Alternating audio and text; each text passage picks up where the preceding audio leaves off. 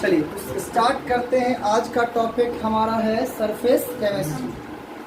अब इस surface chemistry की जब आप बात करोगे तो सरफेस केमिस्ट्री में क्या होता है कि दो वर्ड यूज हो रहा है। कौन कौन? एक सरफेस और एक केमिस्ट्री। यानी कि यह जो सरफेस केमिस्ट्री चैप्टर होगा, यह सरफेस पर जो भी केमिस्ट्री का एक्टिविटी होता है किसी भी सब्सटेंस के सरफेस पर, उसको डील करेगा। तो उसी टर्म में हम लोग आज जो पढ़ेंगे वो क्या पढ़ेंगे? Surface chemistry. क्या पढ़ेंगे? Surface chemistry. इसे दुनिया में बहुत सारी चीज़ें हैं, ठीक है। हम लोग भी अगर हैं तो कहीं ना कहीं अर्थ सरफेस पर, ठीक है ना। जो हम कह सकते हैं जो मेरा इन्वायरमेंट है उसमें भी अलग अलग लेयर्स हैं, अलग अलग सरफेसेस हैं। तो ये जो सरफेस है या सरफेस केमिस्ट्री है, यह केमिस्ट्री के किस ब्रांच को, किस पार्ट को डिस्कस करता है। तो ये कहेंगे, थोड़ा सा डिफाइन इसको कर लो, छोटा छोटा points.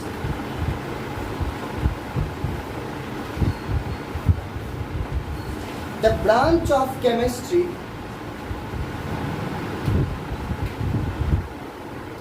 in which we deals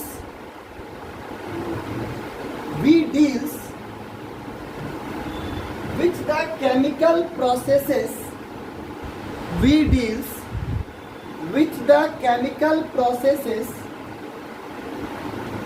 occur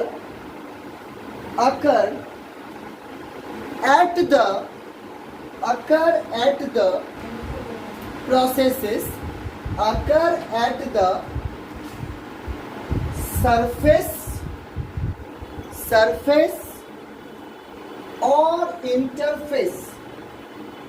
surface or interface,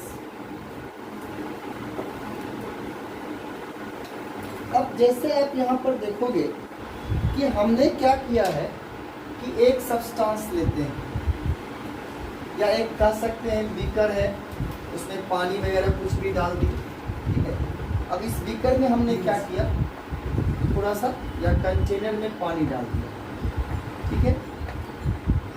तो पानी डाल दिया तो वाटर के जो, मान लो सपोज करिए इसमें क्या है, वाटर।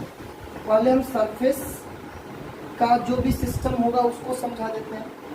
अगर इस कंटेनर में ये क्या है, आपका पानी है, तो इसको दो तीन कैटेगरी में डिवाइड करेंगे। एक थर्मोडायनेमिक्स में पढ़ा होगा, बाउंड्री पढ़ाया था ना। बाउंड्री एक होता है, एक सराउंडिंग होता है ना, एक सिस्टम होता है। उसी तरह से अगर इस पानी की बात करें, अगर थर्मोडायनेमिक्स वाले टॉपिक के अकॉर्डिंग, तो सर ये इसका बाउंड्री है, ये इसका सिस्टम है, और ये ओवरऑल यूनिवर्स सराउंडिंग जिसको हम लोग बोलते हैं, वहाँ पर आएंगे। यहाँ पर एक चीज़ देखा जाता है कि इसके आउटर इन्वायरमेंट की बात करें, आउटर इन्वायरमेंट में यहाँ पर क्या है, यहाँ पर सर पूरा क्या भरा हुआ है, एयर। क्या भरा हुआ है? एयर। अब एयर में क्या क्या होगा? एयर में ऑक्सीजन भी होगा, नाइट्रोजन भी होगा, उसके बाद ऑर्गन भी होगा, बहुत सारी चीजें होंगी, डस्ट पार्टिकल्स होंगे। अब देखो, इस वाटर के लिए सरफेस का काम कौन करेगा? ये ऊपर वाला हिस्सा है वो क्या होगा इसका? यह सरफेस होगा। तो इसको हम लोग क्या कहेंगे? सरफेस। क्या कहेंगे इसको? सरफेस। और ऐसा तो नहीं है कि पार्टिकल्स सिर्फ सरफेस पर ही होगा, वो तो पार्टिकल्स पूरे वाटर के पूरी बॉडी के अंदर होगा। जब वाटर के पूरे बॉडी के अंदर होगा तो इट मीन्स ये हो सकता है कि पार्टिकल्स यहाँ भी होगा, हुआ कि नहीं होगा? बोलो। यहाँ पर भी होगा। तो इसका मतलब सर, तो यहाँ पर दो तीन कैटेगरी, कौन सा सर कैटेगरी यहाँ पर एराइज हो रहा है? तो यहाँ पर ऐसे बोल सकते हैं, ये आपका सरफेस होगा, और ये आपका हो गया क्या? बल्ब। क्या हो गया? बल्ब। बल्ब का मतलब क्या हुआ? सरफेस। अब देखो, सरफेस का तो एक ही लेयर ना होगा, पानी का भी सरफेस या किसी भी चीज़ का सरफेस हो, इसका एक ही लेयर होगा। सपोज करिए कि अगर ये चौक है तो चौक का ये सरफेस है, ये सरफेस है, अगर यहाँ पे थोड़ा कलर भी लगा देते हैं तो वो इसी सरफेस पर लगेगा। अब फिर इसको छील के हटा देंगे तो अंदर वाला एकदम क्या रहेगा, साफ रहेगा। तो कहने का मतलब है कि जो आउटर पार्ट होता है, यहाँ पर ये बोलेंगे जो एटमॉस्फेयर में के कांटेक्ट में है, जो का क्या है, एटमॉस्फेयर या एयर के कांटेक्ट में है, तो वह उसका क्या हो रहा है, यहाँ पर सरफेस वाटर के लिए काम कर रहा है। और बाद बाकी जितने पानी हो गया या जिस चीज़ का भी लिक्विड लिए हैं वो किसका काम करेगा, बल्क पार्टिकल्स का काम करेगा। किसका काम करेगा, बल्क पार्टिकल्स का काम करेगा। तो अब ये चीज़ तो आप समझ रहे हैं कि सरफेस हो गया था, होता है सर। अब तो सबसे पहले देखो दो तरह से, अब आगे चलते हैं। सरफेस में दो तरह की घटनाएं होती हैं, ठीक है ना, जिसको हम लोग आगे वाले टॉपिक में पढ़ेंगे। सरफेस में दो तरह की घटनाएं कौन कौन सी होती है वो देखिए। एक होता है सबसे पहली घटना जिसको हम लोग कहते हैं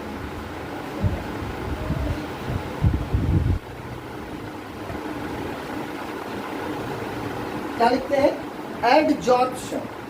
अब देखो कहोगे सर ये तो एडजॉर्प्शन, एडजॉर्प्शन क्या होता है, एब्जॉर्प्शन तो सुने भी हैं, एडजॉर्प्शन कभी सुने ही नहीं है। तो एडजॉर्प्शन क्या होता है, तो सुनिएगा, एडजॉर्प्शन जो होता है वह एक सरफेस पर होने वाला फेनोमेनन, क्या है, सरफेस पर होने वाला फेनोमेनन, यानी कि ऐसी घटना जो केवल और केवल किस पर हो, सरफेस पे हो। अब जैसे अभी हम बात कर रहे थे चौक की, इसको एक्सपेरिमेंट करके देखते हैं। इस चौक को क्या करते हैं कि एक पीले कलर का या कोई ऐसा कलर हम कर लेते हैं या कोई इंक ले लेते हैं, उस इंक के लिक्विड को सबको एक बर्तन में निकाल के इस चौक को क्या कर देंगे, इसमें डाल देंगे। जब इस चौक को उस बर्तन में डाल देंगे तो हम ये देखेंगे कि इसका जो पूरा सरफेस जो होगा, ये बाहर वाला सरफेस होगा,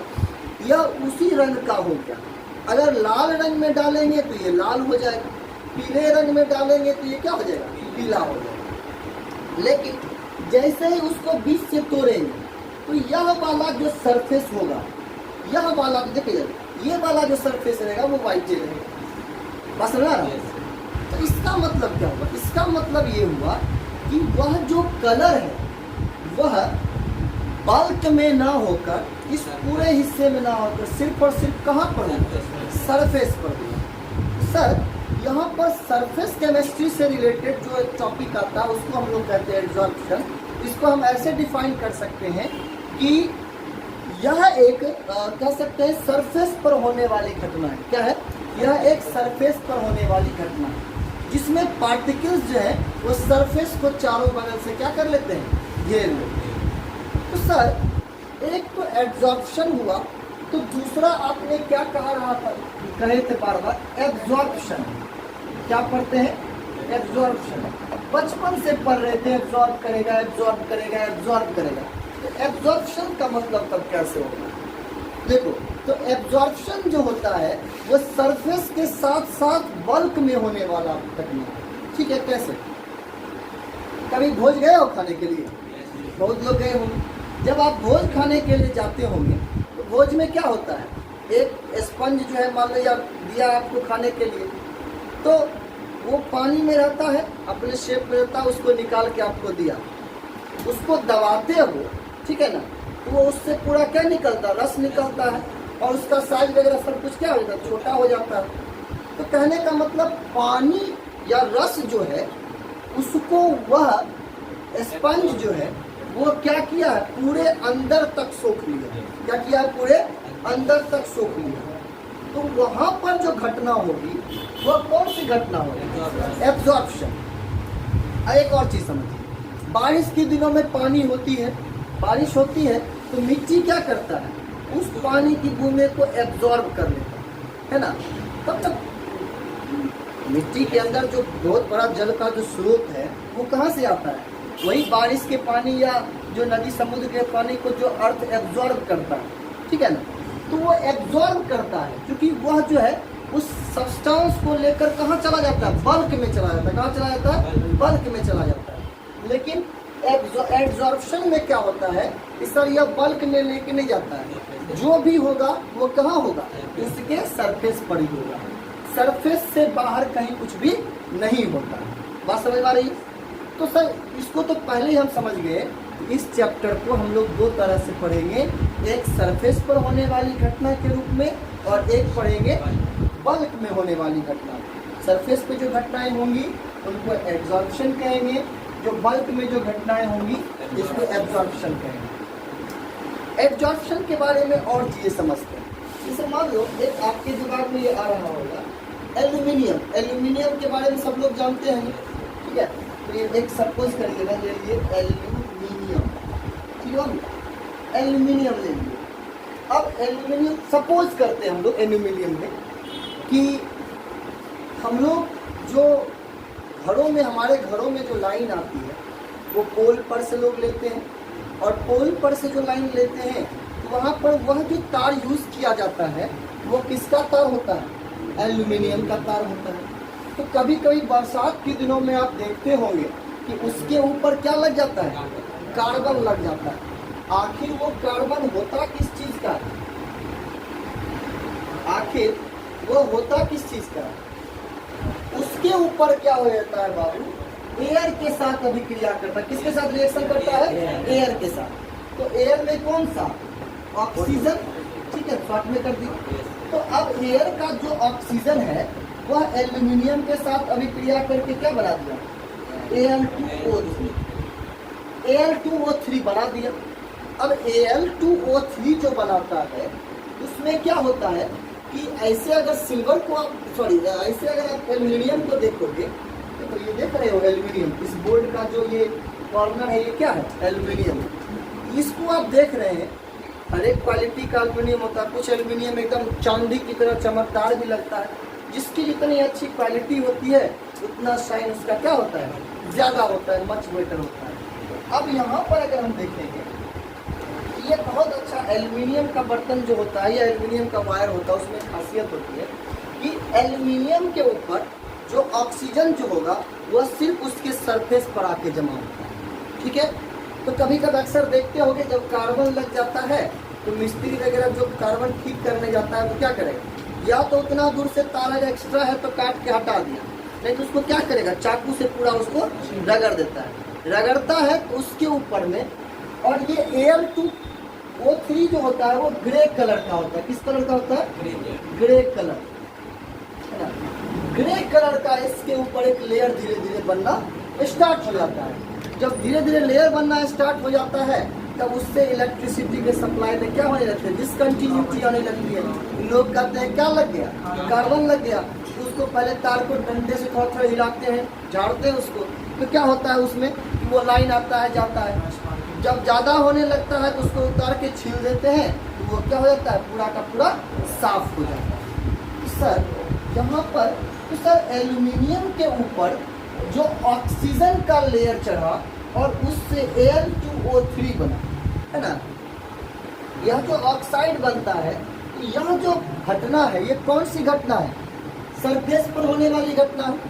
उसको छील दिया, अंदर में फिर क्या है, प्लेन एल्यूमिनियम, वो सरफेस पर होने वाली घटना है, ठीक है।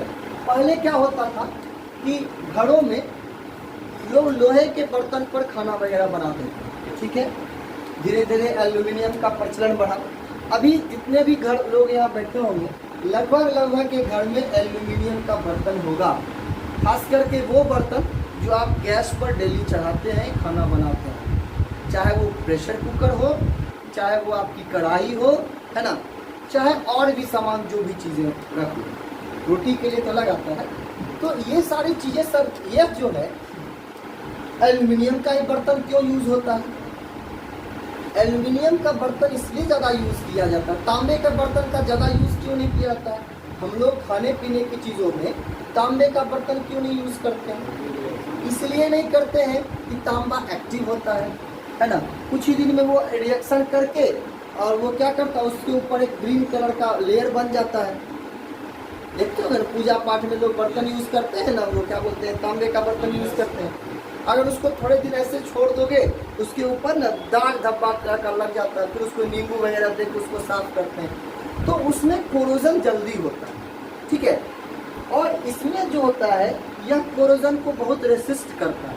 और अगर Al2O3 बना नॉर्मल, हम स्कॉच ब्राइट से उसको रगड़ दिए, वो क्या हो जाता है, पूरा साफ हो जाता है और फिर वो काम करने लायक भी रहता है, ठीक है ना। तो इसलिए वहाँ पर भी एल्यूमिनियम का यूज़ किया जाता है। तो कह सकते हैं सर कि एल्यूमिनियम के ऊपर जो ऑक्साइड का लेयर बनता है, यह एक टाइप का कौन सा फेनोमेनन है, तो यहाँ कहेंगे एड्सॉर्प्शन। क्या है ये, एड्सॉर्प्शन, ठीक है ना। तो ये थोड़ा सा डायग्राम बना लो ताकि समझ में आए बाद में, उसके बाद हम इस पर लिखेंगे। जल्दी करिए।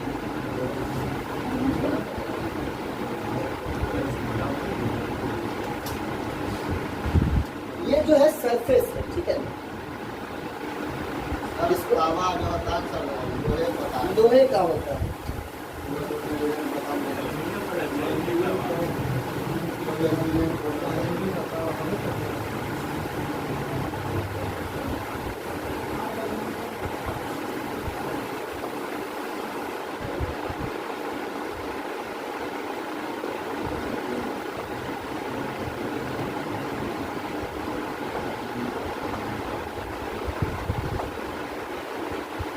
Separated the air from bulk particles.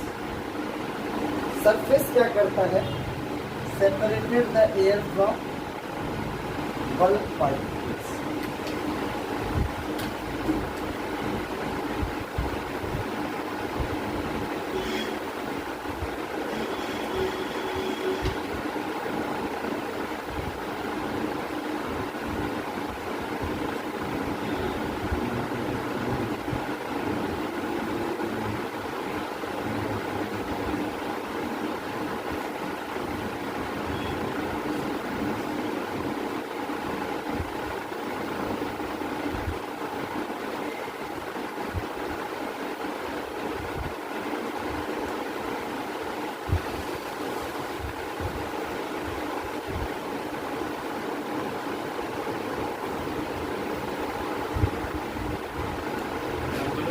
बोलिएगा इसका डिफाइन करवाएंगे एड्सॉर्प्शन।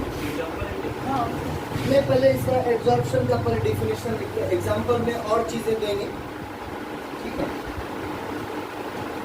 8 से 10 क्लास लगेगा, क्योंकि इसमें थ्योरी ही ज्यादा है तो आपको इसी तरह समझना ही पड़ेगा, ठीक है। बुक देखे होगे तो समझ में आ गया होगा। अब देखो एड्सॉर्प्शन पे लिखिएगा, एड्सॉर्प्शन लिख के टेस्ट करना, ठीक है ना। It is a process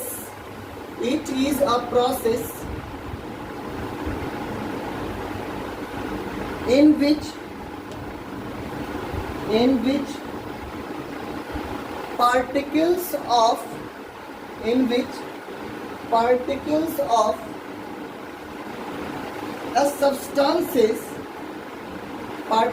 of a substances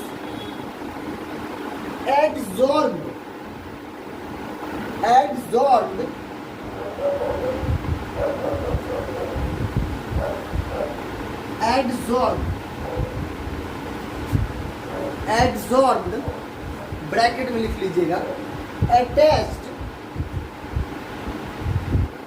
bracket 1 attached the surface of another substance,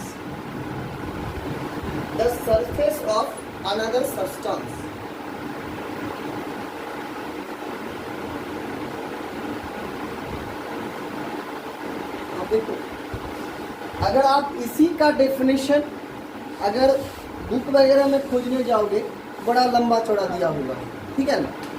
यहाँ पर काम की बात ये है कि एक ऐसा घटना होता है, एक ऐसा प्रोसेस होता है, इसमें किसी दूसरे सब्सटेंस का जो है किसी एक सब्सटेंस किसी दूसरे सब्सटेंस के सरफेस पर जाकर जुड़ ऐड हो जाता है या अटैच्ड हो जाता है, जैसा हम बोले। अच्छा एक बात याद करो, सब लोग एक चीज जरूर देखा होगा,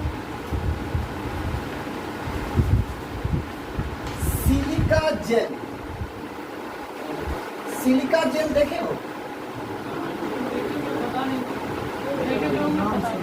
मैं गारंटी देता हूँ कि यहाँ जितने भी बच्चे होंगे जरूर देखे होंगे। कैसे देखे होंगे? क्या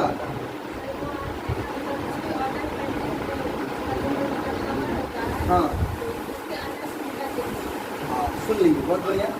देखो, जब आप मार्केट जाते हो, है ना, या जैसे कुछ ऐसा चीज़ ऑनलाइन वगैरह ऑर्डर करते हो, तो वो क्या करता है, उसमें देखोगे एक छोटा छोटा एकदम पाउच रहता है वाइट कलर का, याद है, उसमें पाउडर रहता है, ठीक है।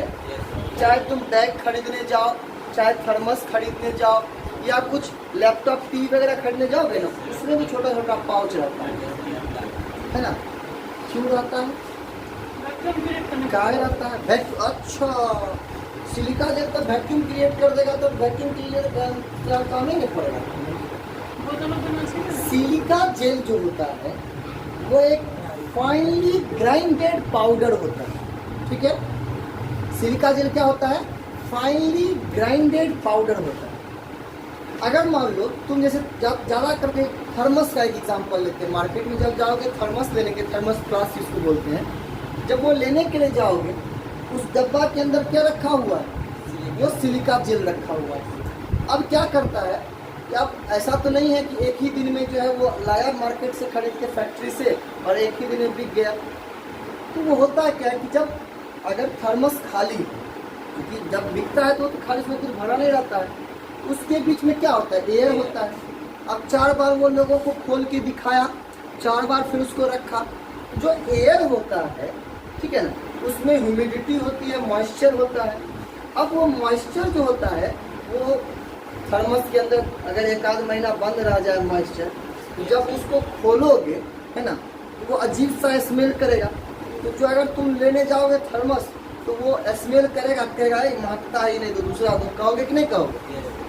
तुम चले जाओ कोई इलेक्ट्रॉनिक्स गैजेट खरीदने, टीवी खरीदने चले जाओ, लैपटॉप खरीदने चले जाओ, उसका जो पैकेट देगा उसमें भी सिलिका जेल का पाउच रहता है।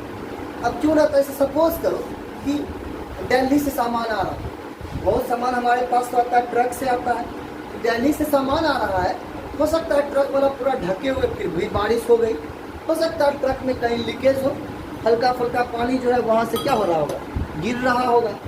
तो इन दैट केस उसमें थोड़ी थोड़ी क्या बन जाती है, ह्यूमिडिटी बन जाती है। क्या बन जाती है, ह्यूमिडिटी बन गई। अब ये ह्यूमिडिटी बन जाती है तो वह क्या होगा, उसके सरफेस पे जाके जम जाएगा या पैकेट में चला जाएगा, तो वो थोड़ा सा क्या हो जाएगा, उसका स्मेल आ जाता है। और इलेक्ट्रॉनिक्स गैजेट्स के लिए ह्यूमिडिटी काफ़ी क्या होती है, हार्मफुल होती है ना। इसलिए तो लिखा जाता है कि उसको ड्राई प्लेस पे रखें, सूखे जगह पे रखें, गीले जगह पे ना रखें। तो कहने का मतलब ये हुआ सर कि वो जो सिलिका जेल है, कौन है, सिलिका जेल, वो करता क्या है, तो सिलिका जेल एब्जॉर्प्शन का काम करता है। सिलिका जेल क्या करता है, जो ह्यूमिडिटी होती है उसको एब्जॉर्ब करता है, ठीक है, उसको क्या करता है, एब्जॉर्ब करता है। और जो चीज़ें हैं उसमें उसके बदबू करने से या फिर ह्यूमिड होने से उसको वो क्या करता है, बचाता है, रोकता है। बाकी चीज़ को समझ रहे हो ना। तो इसीलिए उसका यूज़ किया जाता है। तो वह जो सिलिका जेल हो गया वहाँ पर, वह किस चीज़ का वर्क कर दिया, एब्जॉर्बेंट का काम कर दिया, ठीक है। तो इसके नीचे ये लिख लिया एल्यूमिनियम प्लस एयर, तो ये बन गया। तो आप इसमें एग्जाम्पल में कर सकते हैं,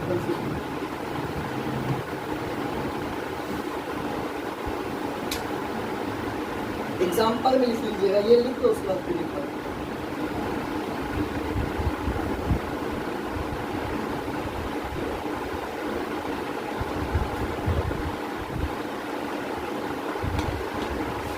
बोलो, लिखिएगा, एग्जाम्पल में लिखिएगा, सिलिका जेल, हाँ silica gel, charcoal, charcoal, animal charcoal, animal charcoal, finely grinded powder, finely grinded powder, metal, finely grinded powder metal, like platinum, like platinum, like platinum metal, platinum metal. अब देखो यहाँ पर sir ये platinum metal ये सब क्या चक्कर है, उसमें एक चीज हम बोले चारकोल, बोले ना। अब देखो चारकोल क्या काम करता है, कभी कभी क्या होता है बड़े बड़े फैक्ट्रीज में जब किसी सब्सटेंस के अंदर वैक्यूम क्रिएट करना होता है तो उसमें क्या करते हैं कि वैक्यूम को सक्शन पंप जो होता है उससे उसके अंदर के एयर को क्या करते हैं, खींचते हैं। जब उसके अंदर के एयर को खींचते हैं तो वह निकल जाता है, लेकिन वो 100% उसके अंदर वैक्यूम क्रिएट नहीं कर पाता है। ठीक है, तो क्या किया जाता है, चारकोल या एनिमल चारकोल जिसको आप कहते हैं, उसको क्या करता है, उसके सरफेस पर क्या करता है, बिछा देता है। और जब उसको उसके सरफेस पर बिछा देता है तो वो जो ह्यूमिडिटी जो होती है, जो एयर के जो बचे हुए पार्टिकल्स जिसको वो वैक्यूम पंप निकाल नहीं पाता है, उसको वो क्या करता है, अपने सरफेस पर जमा कर लेता है। और सरफेस पे जमा कर लेता है, उसको चारकोल को रिमूव कर दीजिए, अंदर में पूरा का पूरा क्या हो जाएगा, वैक्यूम क्रिएट हो जाता है। तो यह जो चारकोल है या एनिमल चारकोल, चारकोल दो तरह के एक साथ कह सकते हैं सर, एक चारकोल होता है, एक होता है एनिमल चारकोल। एनिमल चारकोल का मतलब हम लोग जो जीव जंतु हैं या कोई भी आदमी जानवर हो गया, उसके बोन्स को फाइनली पाउडर कर, उसकी हड्डी को क्या कर दिया, उसको फाइनली पाउडर कर दिया, जब टेल्कम पाउडर की तरह, और उसको चारकोल बना के यूज़ कर लिया। पेड़ पौधे को क्या किया, उसको बहुत बढ़िया से ग्राइंड क्रश करके ग्राइंड कर दिया और उसके छोटे छोटे डस्ट बना के पाउडर बना के उसका यूज़ कर लिया। तो ये सारी की सारी चीज़ें जो है वो किसमें यूज़ होती है, एड्जॉर्प्शन के अंदर यूज़ होती है। ठीक है, फिर लिखिएगा, नहीं लिखिएगा, the solid substances on the surface, the solid substances on the surface of which adsorption occur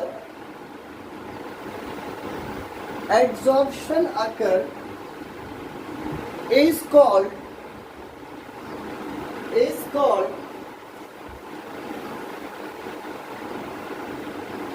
adsorbent।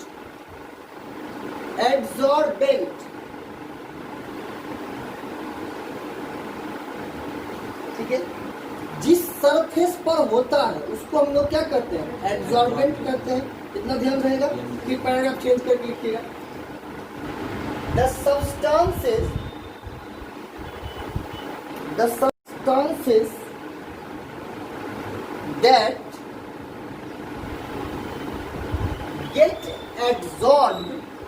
that get absorbed on the solid surface due to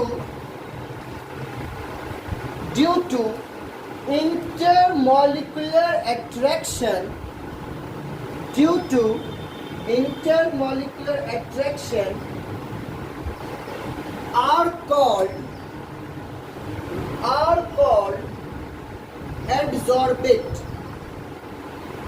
adsorbate।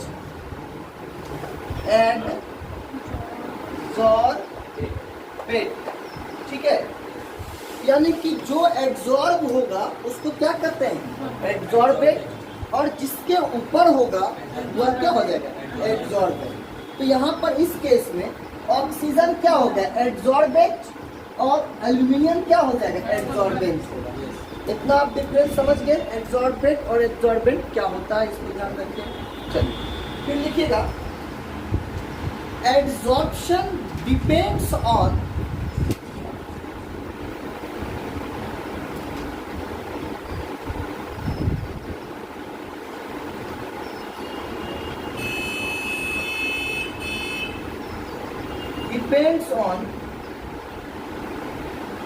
Surface, है ना, यह जो होता है एब्जॉर्प्शन, यह डिपेंड किस पर करता है?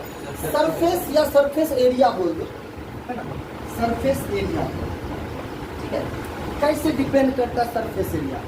सरफेस एरिया जितना ज्यादा होता है ना, सरफेस एरिया जितना ज्यादा होता है उसका इफेक्ट, चाहे वो एब्जॉर्प्शन हो चाहे एब्जॉर्प्शन हो, वो दोनों कंडीशन में वो क्या होता है? ज्यादा होता है। जैसे मान लो कि सरफेस एरिया की बात करें, जैसे मान लो कोई एक बच्चा है, समझ लो, ऐसे समझो, एक बच्चा है, तो एक बच्चा क्या किया कि छोटा बच्चा 2-3 साल का है, छोटा बच्चा जब किसी को पीटता है, नहीं होता है, मतलब अंकल हो या बड़ा भाई हो या पापा हो, जो भी हो, जब बच्चा पीटता है आदमी आराम से मार खाता, नहीं मारता है। ऐसे छोटा बच्चा, उसका हाथ छोटा छोटा होता है, 4 साल बच्चा हाथ कितना हो, इतनी होगा, वो एक बार ऐसे कर ही दिया तो जानबूझ के उससे 2-3 बार ऐसे ऐसे करवा लेता, करता है कि नहीं? वही अगर उस बच्चे के जगह पे, क्यों? क्योंकि उसका हाथ का इतनी वो है ना, इतू का साथ है, उसे कितना चोट लगेगा। वही उसके हाथ के जगह पे खाली का हाथ रहेगा, लोग दूरे से पीट रहेगा, नहीं तो बड़ा, तो वहाँ पर है क्या? इम्पैक्ट किस पर डिपेंड कर रहा है? किसका हाथ का साइज कितना बड़ा है ना। तो अगर आदमी बड़ा है उसका हाथ का सरफेस एरिया भी क्या होगा? बड़ा होगा, उसका इम्पैक्ट भी क्या होगा? ज्यादा होगा, नाच के गिरेगा नीचे, नहीं गिरेगा। और छोटा बच्चा है उसको ले ले ले ले करके खूब मार खाता है लोग। तो देखो यहाँ पर भी वही है, एब्जॉर्प्शन जो होगा वो डिपेंड किस पर करता है? सरफेस एरिया पर। जितना सरफेस एरिया बढ़ाओगे, ठीक है ना, उतना रेट ऑफ एब्जॉर्प्शन भी क्या होगा? बढ़ेगा। और same as it is absorption भी वो क्या हो जाएगा? बढ़ता है। दूसरा होता है सरफेस एरिया छोटा हो गया तो उसका एब्जॉर्प्शन का रेट भी क्या हो जाएगा? छोटा हो गया। इसको ऐसा कर सकते हैं कि इसको शॉर्ट में surface area increases, absorption increases. इस बात को आपको समझने में कहीं कोई दिक्कत नहीं होनी चाहिए। छोटा सा पॉइंट लिख लो, इसमें बहुत सारी कहानी होगी, ठीक है। ऐसे का मतलब सरफेस एरिया होता है, बाबू साउथ अफ्रीका में समझ लेना।